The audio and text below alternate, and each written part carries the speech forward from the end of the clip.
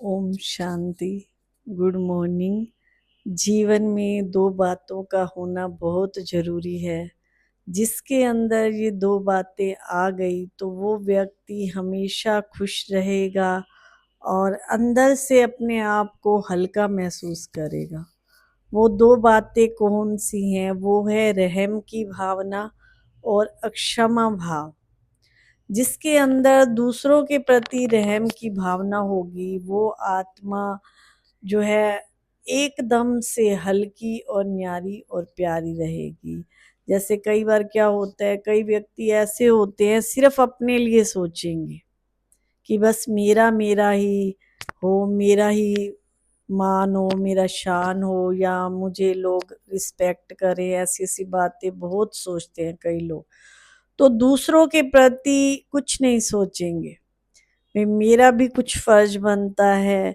अगर आप जैसे देखते हैं कईयों के अंदर बिल्कुल भी रहम भावना नहीं होती, और जिसके अंदर रहम की भावना नहीं है तो इसका मतलब वो अभिमान में रहता है व्यक्ति।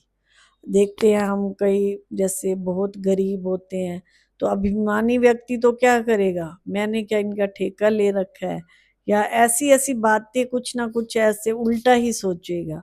और जिसके अंदर रहम की भावना होती है वो क्या करेगा, सोचेगा चलो इसके पास कपड़ा नहीं है तो कपड़े का दान कर देता हूँ, भोजन का दान कर देता हूँ, या और कुछ भी जो उसको ज़रूरत है वो कर देगा। यहाँ तक कि वो अपना पेट काट करके, आपने देखा होगा कई ऐसे भी लोग हैं जो खुद रोटी नहीं खाएंगे और कोई आ गया दरवाजे पे उसको रोटी दे देंगे, चलो कोई बात नहीं मैं तो फिर खा लूँगा। आज के टाइम में जो ऐसी भावनाएं रखता है वो व्यक्ति बिल्कुल जैसे फरिश्ता बन जाता है एक तरह से। हमारी दादियाँ थी जो बड़ी-बड़ी हमारी दीदियाँ हैं, दादियाँ हैं, इतनी उनके अंदर रहम भावना, इतनी क्षमा भावना होती थी कि कोई गलती करके भी चला जाता था ना, और दादी के पास रिपोर्ट भी पहुँच जाती थी कि आज फलाने से ये गलती हुई है।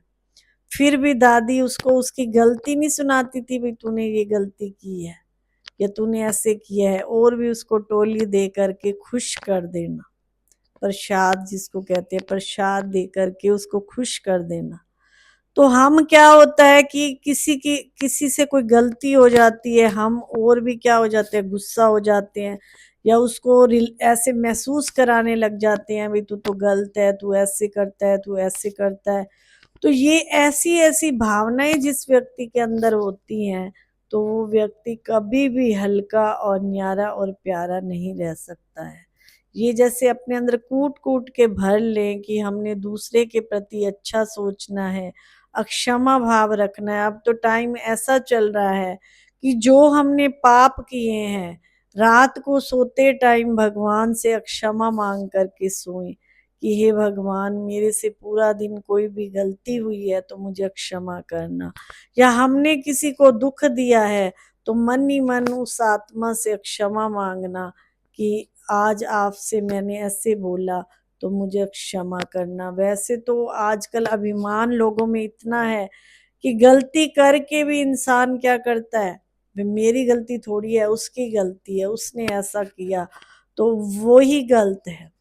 तो रोज हमें दूसरों के प्रति रहम भावना, कल्याण की भावना, क्षमा भाव रखना, वही व्यक्ति अपना भी कल्याण कर सकता है और दूसरों का भी कल्याण कर सकता है।